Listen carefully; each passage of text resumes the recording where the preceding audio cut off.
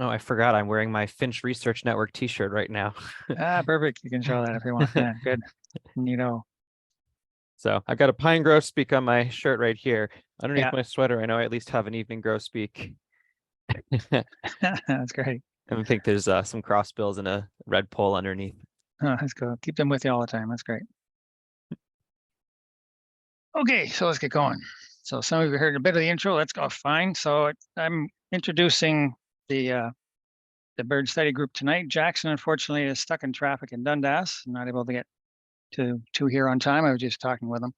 So he's not, he may be, hopefully by the end of the talk, be able to close it out, but not for the intro, unfortunately. So um, we're really fortunate to have Mandelbaum, excuse me, if I can get that right, um, from the Finch Research Network in New York City to talk about North America's crossbills.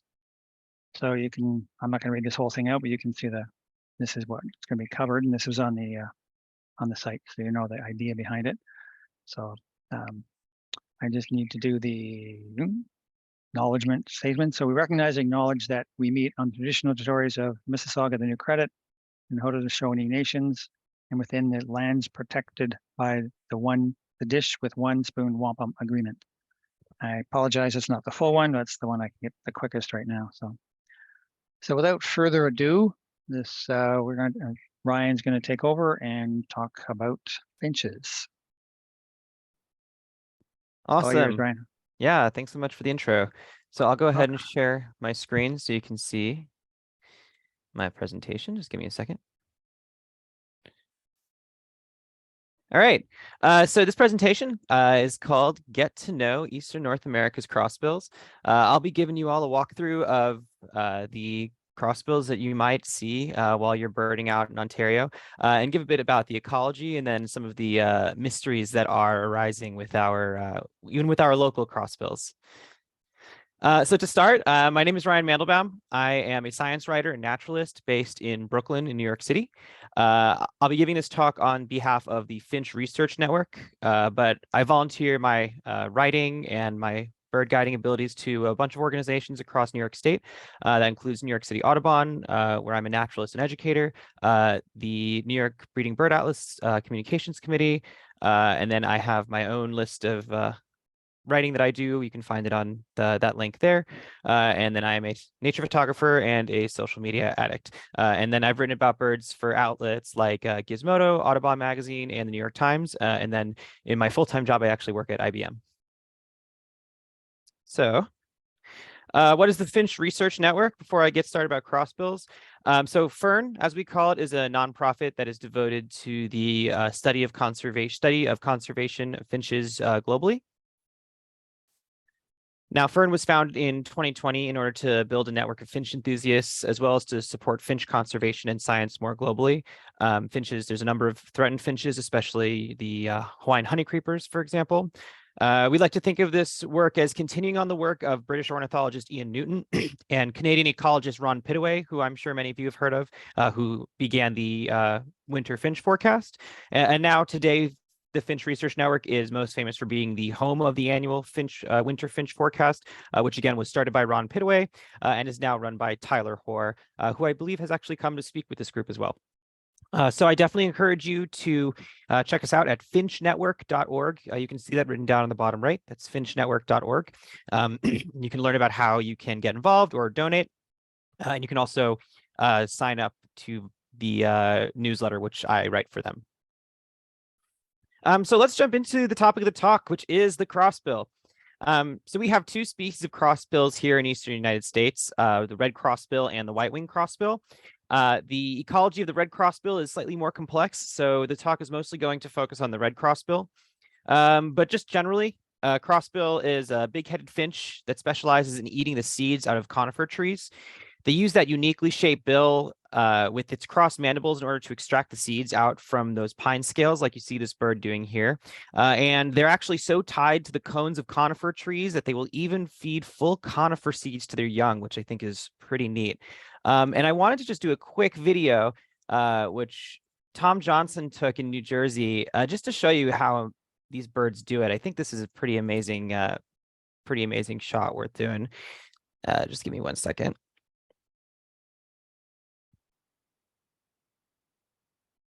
here's a red crossbill, and you can see how it's going to put its face into these scales and use its beak almost like a pair of forceps to spread those scales.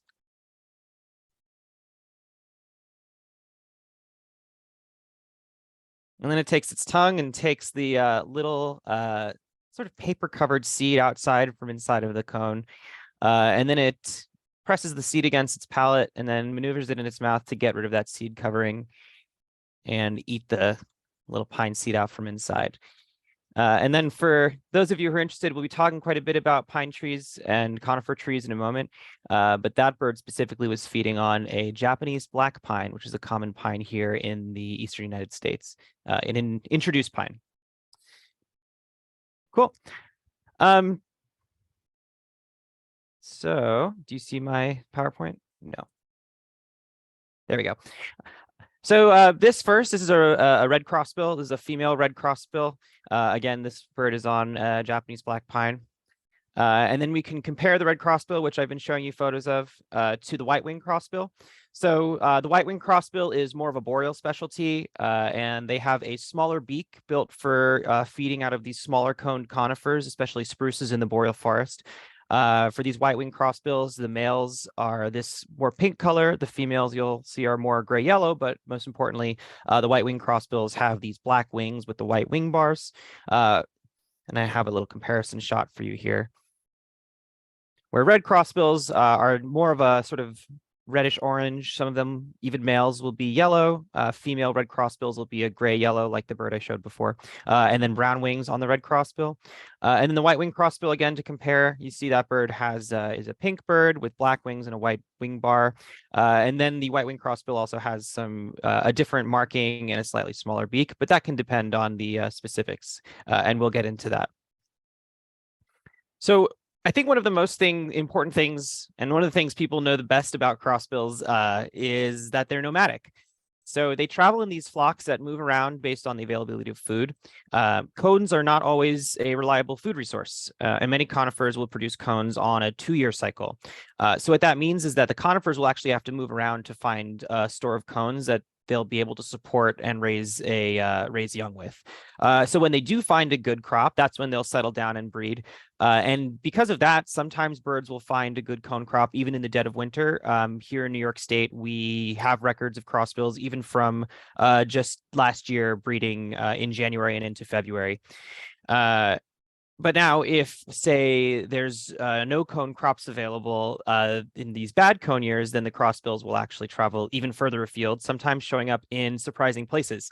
So actually, I love this picture on the right. This is a drawing by the British chronicler Matthew Paris from 1254, who documented an eruption of crossbills into the United Kingdom. And here he describes seeing the birds biting into apples to eat the seeds out. I don't think they were actually apple the fruit. I think that might be a mistranslation. But even in 1254, they were documenting these eruptions of crossbills. But this nomadic nature of crossbills actually introduces a sort of interesting kink to our understanding of their taxonomy. And what that is that this traditional definition of a subspecies doesn't really work on a crossbill. And the reason is because when we talk about subspecies, say on the left, I have the map of the fox sparrow's subspecies. Subspecies are usually tied to a geographic area. Now, crossbills aren't tied down to geographic areas. They travel far and wide. But they still do have these differing populations that have their own clear evolutionary differences. And so they still are differentiating in the way that a subspecies for these fox sparrows, for example, work, but just works differently in crossbills. So what happened was groundbreaking work a few decades ago by biologist Jeff Groth showed that we can group these crossbills into these subspecies like call types, which is what we call them, and that you can tell them apart by two things. The first is the shapes of their beak and the flight calls that they use to communicate with one another. So I think there's a number of experienced birders on this. I unfortunately couldn't get my audio to work, but the sound that a crossbill makes, it's sort of like a kip, kip, kip, kip, kip, kip. And the specifics and the sort of tone and timbre is what differs. So even though it might sound the same between the different call types, if you record them, then you're able to tell them apart. So there are Right now, 11 and soon to be 12 red crossbill call types in the United States and Canada, as well as so in North America, also including Mexico. And what I've done here is I've presented a spectrogram of each of the 12 types. I'm not going to talk about all 12 of the types. But just note that what we're looking at here is a graph of the frequency. So that's the note essentially of the crossbill's call type, and then that's time. So it's the shape of the sound is what you'd say. So of these call types, you can expect to see 5 of them here in Ontario. I'm in New York, but where you all are in Ontario. And here you'll see that the types are types 1, which we call the Appalachian Eastern USA call type. Type 2 is ponderosa pine, which is a continent-wide call type. Type 3, western hemlock. Type 4, Doug fir, which is a rare bird. And then the bird we'll spend the most time on later, which is this type 10, aka type 12, the eastern red crossbill. And important to note is that you all can make these spectrograms, and I encourage you, if you ever have a census year near a red crossbill, say if you hear birds making that kip kip noise in a pine forest or a spruce forest, take out your phone and record it. And then you're able to actually upload those recordings onto eBird, and you'll see these shapes once you've uploaded those recordings. And then the other thing you can do is, if you know how, you can take those recordings out and send them via email to Matt Young at the Finch Research Network. That's info@finchnetwork.org. I'll type that in the chat a little later. And he will be able to help you identify the call types. But a lot of new folks are now getting involved in crossbill call type identification. And it is something that you're able to pick up if you get a clear enough recording and record enough birds. Some people can even tell them apart by just listening to them. So if we go back 2 slides, you'll notice that all of these, or the first couple of these crossbills have names. So we have ponderosa pine, western hemlock, Doug fir, lodgepole pine. This is in reference to a key conifer. So what we think is that some of that speciation or that differentiation between these call types is happening because some of these types are learning to specialize on specific cones. And so their beaks will grow the shape that is best suited to feed from that specific tree. So a Doug fir crossbill would be able to specialize in feeding from a Douglas fir. Lodgepole pine would feed on lodgepole pine, etc. However, that story is a nice one, but it's actually a slightly more complex story like that. And as I have here, names may deceive. So some of those calls, especially the ones with specific tree names, really focus on conifers in the West. And in the West, you have a lot higher conifer density, but you might have a lower conifer diversity. So you might have these vast elevationally stratified strands of lodgepole pine, ponderosa pine, Doug fir, etc. But here in the East, things are slightly different, where we have a lower conifer density, but a higher conifer diversity. So it helps really to learn about our local conifers and keep tracks of which ones have cones and which ones don't in order to find the crossbills. And so I will actually go in a little bit just to kind of go through the group of conifers that we have here in the East that would be helpful to know if you're looking for crossbills. But first, I'm going to go through just one by one the call types here. I thought it's a bird study group. It could be fun just to get really nitty gritty into the specifics. So even though these birds are nomadic, they actually do have what we call a core zone of occurrence, secondary zone of occurrence, primary zone of eruption, and secondary zone of eruption, which you see here. These core zones of occurrence is where we're most likely to see these birds breeding in a given year. And they're usually there in most years. Secondary zone of occurrence is similar. We frequently, but not always, see the birds there, where the birds are typically rarer there.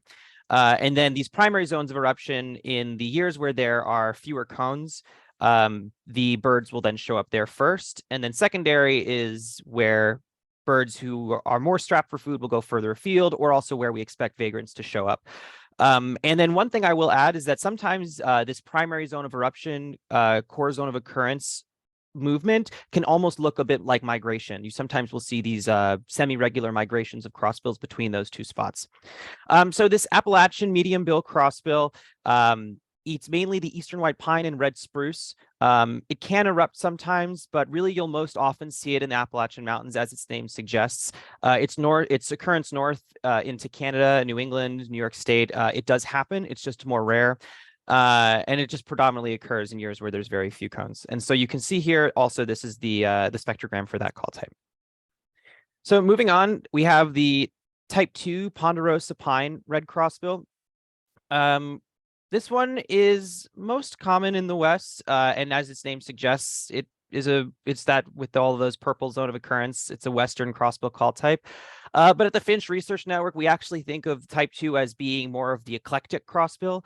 It's a large-billed bird, which means that it can eat a variety of hard and soft cones, and that makes it one of the most widespread crossbill call types. So you'll see here a lot of them in the Mountain West. If you record crossbills throughout much of the Mountain West, that's the one you're going to record first. But we have regular breeding birds in the Appalachians, as well as across the Great Lakes, New York and New England. In most years, there'll be type 2s recorded in the crossbill flocks, and they have bred in the area. And then again, of course, during these eruptions, you will frequently see these birds. Now we have type 3, the Western hemlock crossbill. This is a really interesting bird because it's super eruptive, or highly eruptive, we would say. As its name suggests, this is a bird that specializes in the Western hemlock, or that's its key conifer, and it spends most of its time in the West. However, because it's a highly eruptive bird, we do regularly see these birds in the East, where we have our own population of Eastern hemlock. For example, in the winter of 2012, 2013, there were huge numbers of type 3 red crossbills showing up across the East, such as in the coastal Northeast, as well as parts of the Great Lakes states. And when they do show up here, they're going to be using their smaller beaks to feed on some of those smaller coned conifers. Now, this one is just for mentioning. It's a rare bird here in the East, but it does show up pretty regularly as a vagrant. We see it less often than the other crossbills, type 4 Douglas fir, but it is just a good one to have on your radar. When you record a flock of dozens of crossbills flying over, for example, you might even see one or two of these birds mixed in. I remember just 2 years ago, a type 4 red crossbill showed up in Long Island, where I go birding. But you can see here, there's also records in Ontario. So I am saving my favorite for last. This is the bird that I'm going to spend the rest of my time talking on. And we could think of this almost as our hometown crossbill, the type 12 northeastern red crossbill. So this is a medium bill bird, and in fact, it was just announced recently. I don't even know if it's been announced yet. So think of this talk as the first time that we're publicly talking about the type 12 northeastern red crossbill.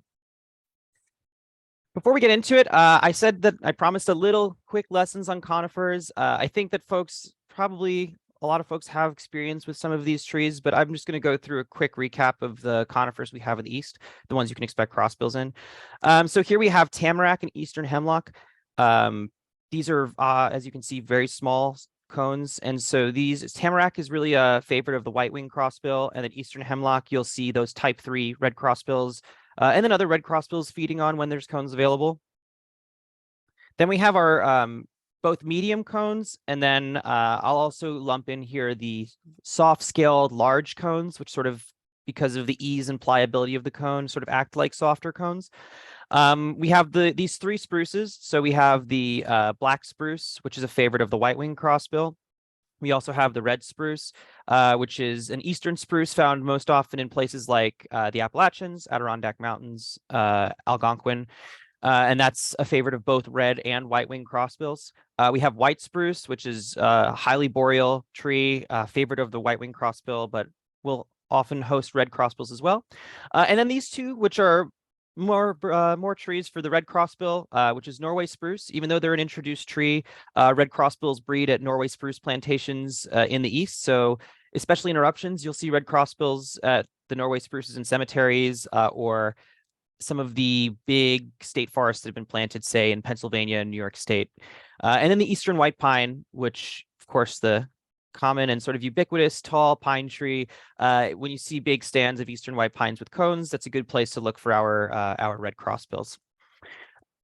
And then to round it all off, we have these harder cone pines. So these are more pines that the birds are going to go for in eruption years. Type 12 red crossbills will go for those red pines when they're available. But then pitch pine, Japanese black pine, Scotch pine, and jack pine are all For the smaller billed crossbills, not the favorite. They'll show up maybe in eruptions, especially say the Japanese black pine, which is abundant on Long Island, or pitch pine, is where we start seeing those type 12 red crossbills in the winter. But then birds like the type 2 red crossbill, which has a really large bill, will regularly feed in all of these trees when it's available.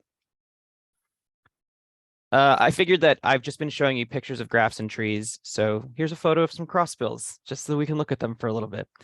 These are 2 red crossbills I photographed at the Adirondack Mountains in New York State.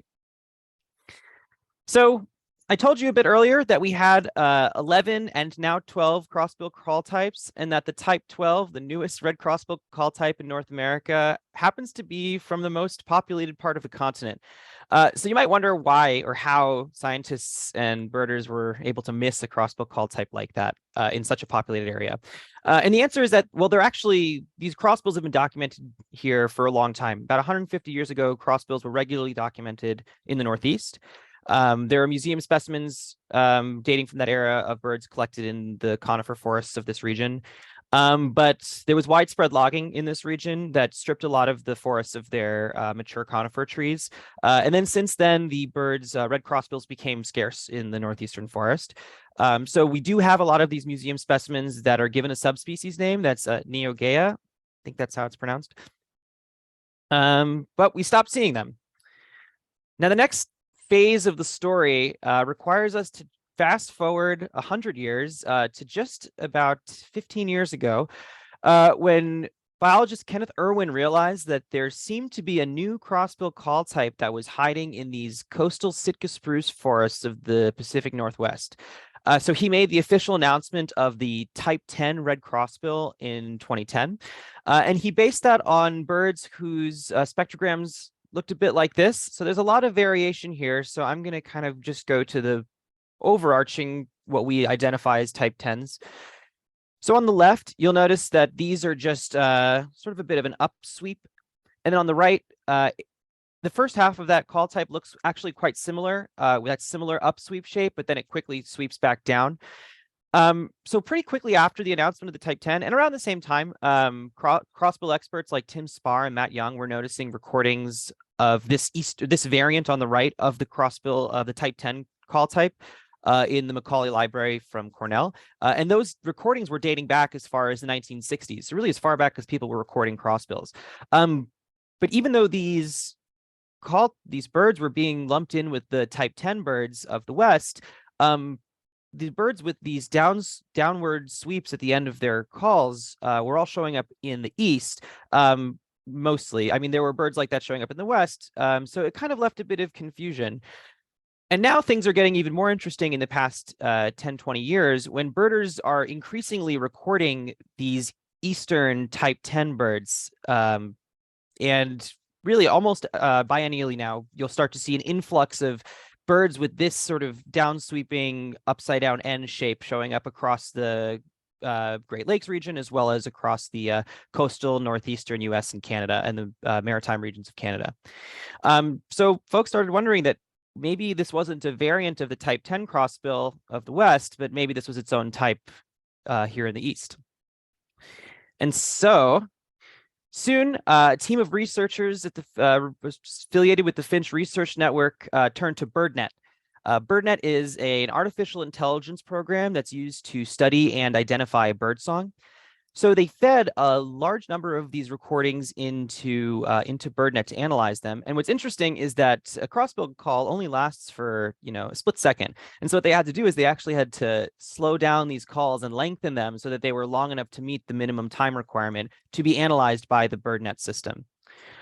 So what they did is they didn't use BirdNet to tell them apart, but rather they asked BirdNet to find them different characteristics of these spectrogram shapes that they would then be able to use in order to try and lump them together and see if there really was a difference between these two types. So what they found was that you were actually able to easily group the type 10 and type 12 birds into two different groups just based on the components of the spectrograms. So again, this upsweeping shape, the downsweeping at the end, and they used a more traditional analysis program for that. So after all of that, after their statistical analysis, the team of researchers we're pretty sure that this eastern bird wasn't just a type 10 variant, but it was in fact its own crossbill call type. So thanks to all those recordings, we're actually now starting to understand the ecology and the life history of this type 12 bird. So it seems to be a generalist, specially built for that high conifer diversity, low conifer density that I was talking about here in the Northeast. It breeds in the maritime provinces, Maine, New Hampshire, Vermont, all the way west to Algonquin in eastern Ontario, as well as the Adirondack region of New York State. And then it also occurs with frequency in eastern New York, in central New York, eastern Massachusetts, as well as parts of the Great Lake region. This past year, it bred in really large numbers where it found appropriate habitat thanks to a bumper cone crop. And now we're actually starting to see this call type, as I said before, regularly moving in response to the approximately biennial cone patterns. So what we really see is then in the autumn, they will travel, especially down coasts of the United States, but they'll turn up at other migratory hotspots as well. And then spend the winters in some of these areas where they can feed on pitch pine or Japanese black pine or Norway spruce, whatever they can find. And so I have on the right a graph of the month of the year versus the tree, and you can see about how often they're feeding on those different trees. Again, you see July, August, September, birds are focusing more on the softer coned white spruce, red spruce, eastern hemlock, tamarack. Then by the autumn, they're going more for eastern white pine. And then by the end of the year, they're going for those bigger cones and harder cones like red pine, jack pine, pitch pine. And then the last thing I'll add, it might look weird to begin a year graph in July, but crossbill researchers typically think of the cone year as beginning around late June, early July, when the green cones start to form on the trees. So I think it's a pretty cool mystery solved. It's almost like the case of the reappearing crossbills. Given the similar ecology of this bird to those Neogea birds that were described by Griscom and Dickerman many, many years ago, we actually have good reason to believe that these type 12 crossbills that we're starting to see more and more of probably represent a rebounding population of that subspecies that became scarce in the last century. And what's happening is it seems to be responding to the maturation of these conifer forests across the east, as well as federal and state projects that replanted a lot of these forests, as well as better forest maintenance and upkeep practices. And so, pop quiz. Which call type is this? I'm just kidding. I wouldn't make you do that. So, like I said, what we'll be doing is I encourage you all to begin recording crossbills, begin looking for cones, and I really appreciate all the time that you've given me today. And go out looking for crossbills. Any of your big conifer forests, so Algonquin. If you're going to even your local cemetery, any place that you see a bumper crop of cones, it's worth just looking and listening. Please record the crossbills that you find. The more you record them, it was the citizen science recordings of these eastern birds that allowed us to determine that there was this call type hiding in plain sight. So please record your crossbills. If you need help getting them off your phone, we can talk about that later. But otherwise, I really appreciate you all giving me the time to talk about my very favorite bird. FinchNetwork.org is where you can find us and learn more about crossbills. Info@FinchNetwork.org is where you can ask your crossbill questions. And then I've also linked here a crossbills guide to conifers of the northeastern forest. I can drop that in the chat, which you can then use to learn to tell them apart. So I'm going to go ahead and ask a couple of questions, answer a couple of questions that I have here. The first question that I have for Mallory is, has the same level of speciation been observed in white-winged crossbills? So what we've observed is not really, and that's probably because of the more uniform boreal distribution of trees across the boreal, that it really is dominated by some of these white spruces, red spruces, white spruces and black spruces and tamaracks. And so it seems like there might either be more connectivity or just the birds are, they don't seem to have the same level of call type. And then do I think that the hemlock woolly adelgid will influence hemlock type red crossbill? I think that the answer to that question, so for those who don't know, there's a invasive pest that is attacking the hemlock trees of the eastern forest, and it's quite bad. I don't study this specific interaction or the specific call type, so I can't answer that question exactly, but I'm sure that if there was suddenly a big decrease in the amount of small cone pines that we had, or small conifer cones we had available, it would negatively impact the population of the birds that relied on it. Well, so thanks so much, folks. And are there any other questions or anything else that I can talk to you about? You see, there's not, I think there's only questions there. Not see anything else. Give people a couple minutes to think about that. One thing I missed at the beginning was just an introduction, really, to Ryan. Jackson sent this to me earlier, but I missed it in my text, so that's my fault.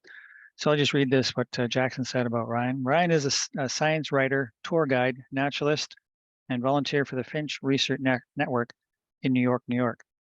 Ryan travels around their home borough of Brooklyn, searching for and showing others local birds and stopover migrants before returning home to observe birds and moths from the, hold on, get the rest of this.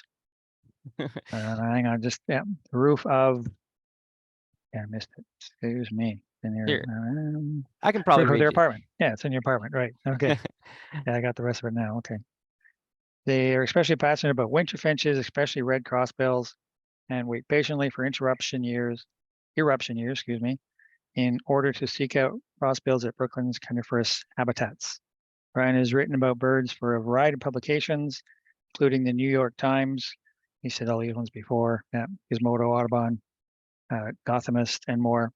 They also volunteer for the New York State Breeding Bird Atlas, New York City Audubon, and the Feminist Bird Club. When not thinking about birds, Ryan works at IBM, as he says. So that's the introduction to him. So anybody, any other questions since? Yes, we got another question. Okay, here we go. You want to field that one, Ryan? Let me just pull it up. Okay. What are the chances of seeing some in the New York City area at this time of year and into the spring?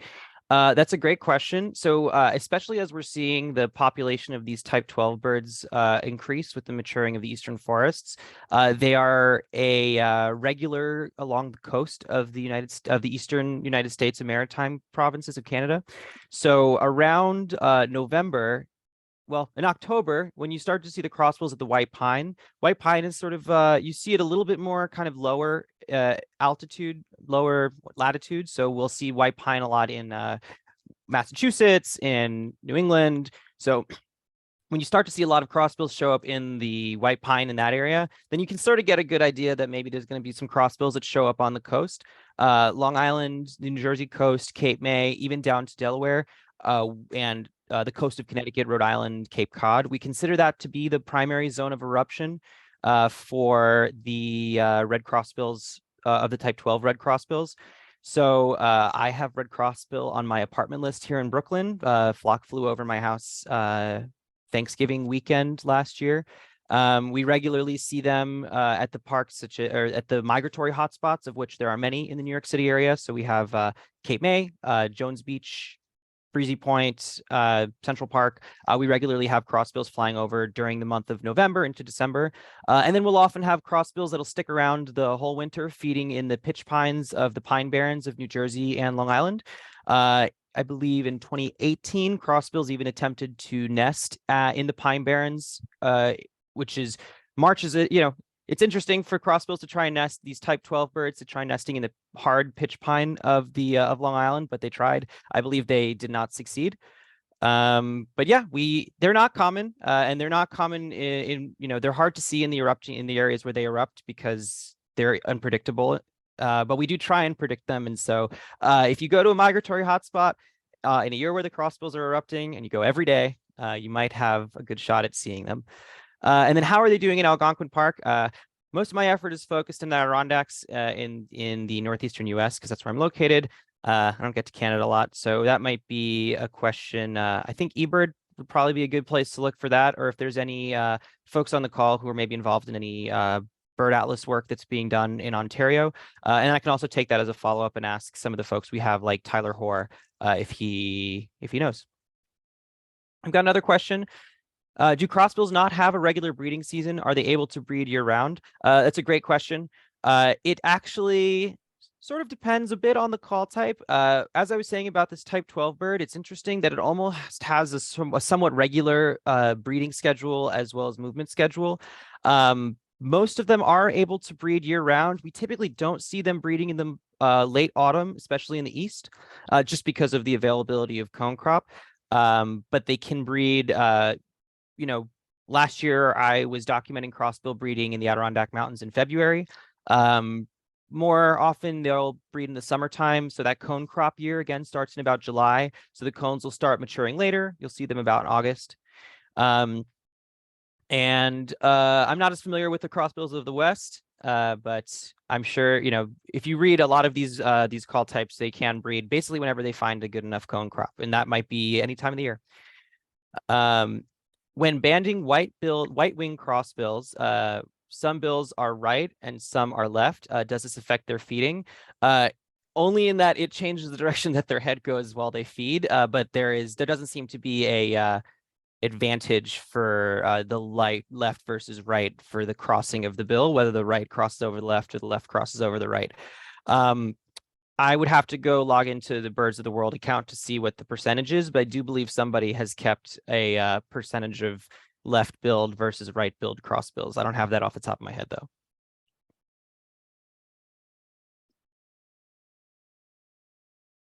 Okay, looks like